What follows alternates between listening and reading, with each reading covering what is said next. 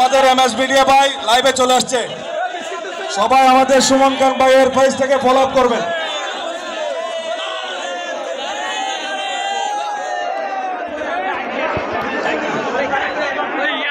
মারহাবা মারহাবা, আমাদের এমএস মিডিয়া ভাই চলে আসছেন।